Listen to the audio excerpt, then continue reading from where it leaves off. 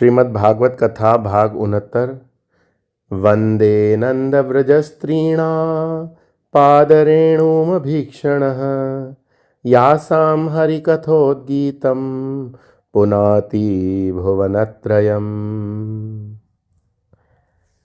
द्वितीय स्कंध अध्याय 6 विराट पुरुष की विभूतियों का वर्णन। भगवान की विभूति के दर्शन की बात भगवत गीता में भी 9वें अध्याय में।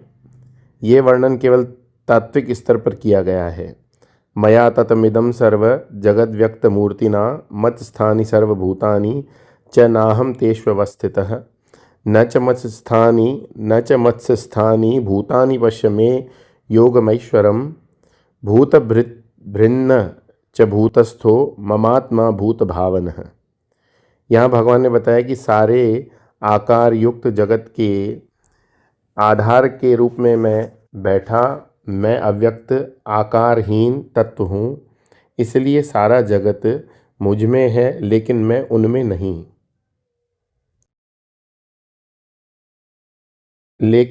नहीं। हूँ और वास्तविकता तो यह है कि न वे मुझ में हैं न मैं उनमें हूँ।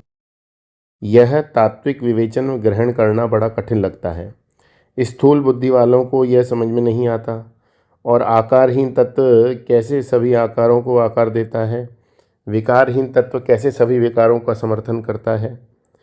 भगवान एक स्तर नीचे उतरकर समझाते हैं।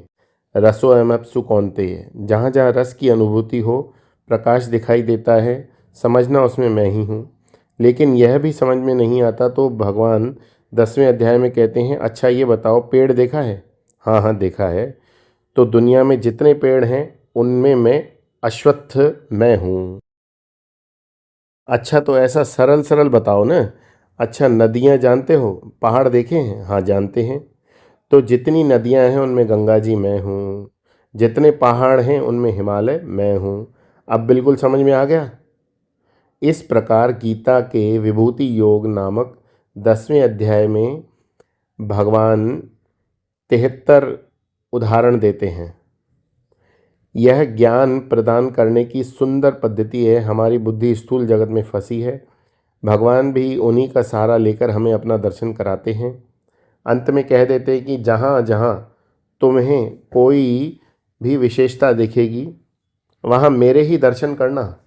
विभूति का यह वर्णन इसलिए दिया गया है कि हम अपने मन को प्रशिक्षित करें। हमने कोई पेड़ देखा तो भगवान की याद आ गई, कोई पहाड़ या नदी देखी तो भगवान की याद आ गई। जैसे शुरू शुरू में बच्चों को गणित सिद्धांत समझ में नहीं आते तो उनको प्रशिक्षित करते हैं। हम जानते हैं कि उन्हें केला अच्छा लगता है, हम बच्चे को केला पकड़ाते हैं, एक केला, फिर कहते हैं एक ये लो एक और केला, अब देखो कितने केले हो गए? बोले 2 हो गए, एक एक मिलकर 2।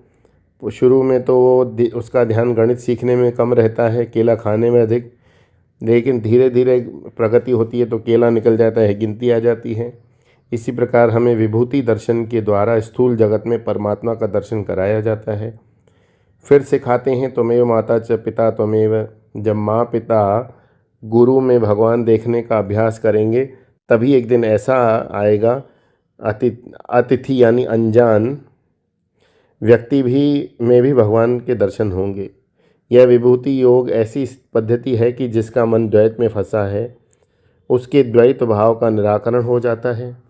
उदाहरण के लिए हमने पढ़ा कि अश्वत्थ वृक्ष भगवान की विभूति है। अब यह कोई पेड़ देखेंगे तो मन में कामना आ सकती है कि इसका तना बहुत बढ़िया है, इसे काटकर घर का फर्नीचर बनाया जा सकता है। लेकिन अश्वत्थ वृक्ष देखेंगे भगवान की याद आ गई। द्वैत की भावना दोनों पेड़ों के साथ है, लेकिन अश्वत्थ वृक्ष के हमारे हृदय में भगवत बुद्धि जागृत कर दी। जब एक पेड़ के प्रति भगवत बुद्धि जागती है तो धीरे धीरे सभी के प्रति होने लगती है। जैसे तुलसी के पौधे में हम लोगों की भगवत बुद्धि होती है और घर में हम तुलसी के पौधे को बड़ी श्रद्धा से लगाते हैं और सींचते हैं। एक घर पर मैं गया, वहाँ 2 वृंदावन लगे पाए। सास का वृंदावन जो तुलसी के पौधों का था, बहू का वृंदावन कैक्टस के पौधों का। बहू ने कहा, स्वामी जी जब भगवान सभी जगह है तो मेरी सास तुलसी का पौधा क्यों लगाती है? इसलिए मैंने कैक्टस लगाए। मैंने कहा तुम्हारी सास तो अनपढ़ है, अज्ञानी है, तुम तो महाज्ञानी हो। तुम्हें तो सभी पौधों में भगवान के दर्शन होते हैं, कैक्टस में भी होते हैं, लेकिन तुलसी में नहीं होते। ज्ञान के बाद ऐसा ही होता है।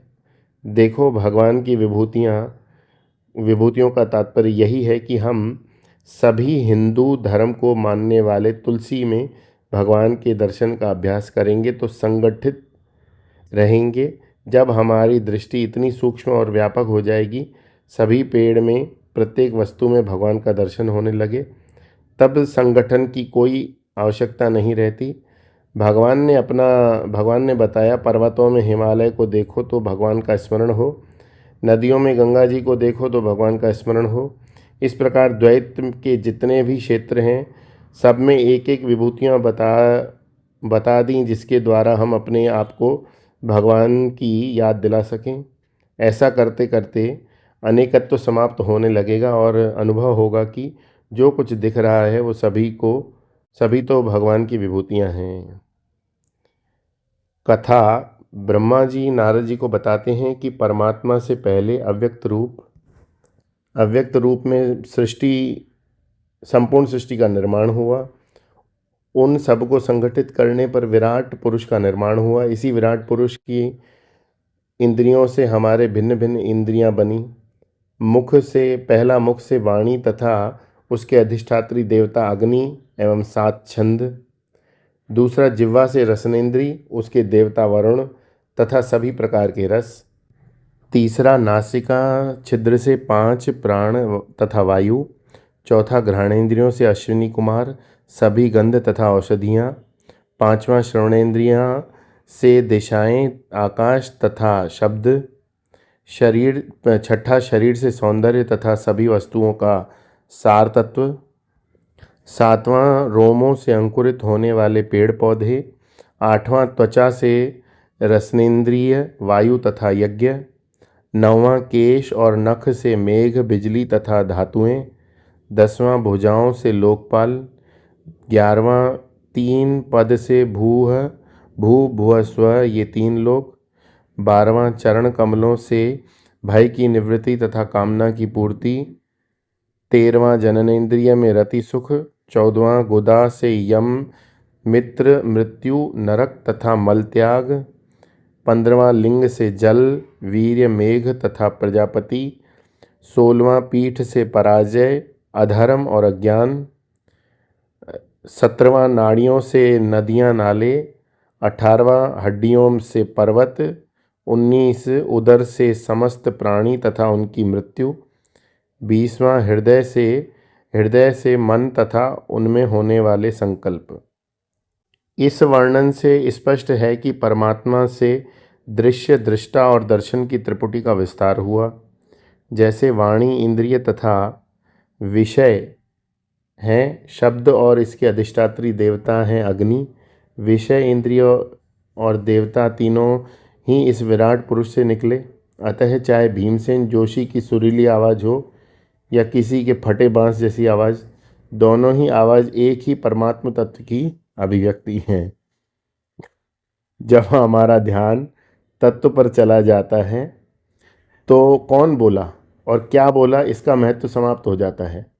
कोई भी यदि बोल सकता है तो इसलिए कि उसे पीछे परमात्मा है। जब हम किसी वस्तु को देखते हैं तो 5 इंद्रियों में माध्यम से देखते हैं। इन 5 प्रकार के से दर्शन हुआ, किंतु ज्ञान में फिर एकता आ जाती है। मैंने अमुक वस्तु देखी, सुनी, सूंघी, छुई, खाई, उपाधि के कारण अनेकता आई, लेकिन ज्ञान होने पर एकत्व की प्रतीति हो गई।